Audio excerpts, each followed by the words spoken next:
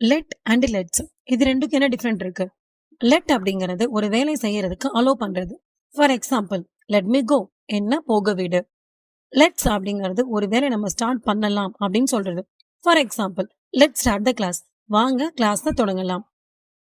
You are and you are இது ரெண்டுக்கு என்ன டிஃபரன்ஸ் இருக்கு?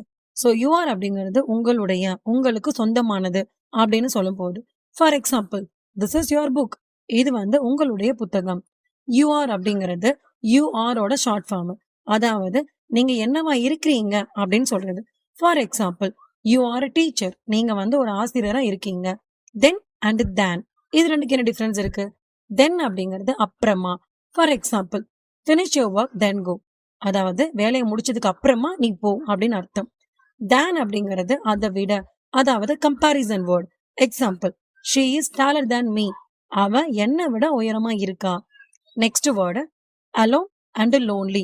அலோன் அப்படிங்கிறது தனியாவே இருக்கிறது. For example, I am alone, நான் தனியா இருக்கேன்.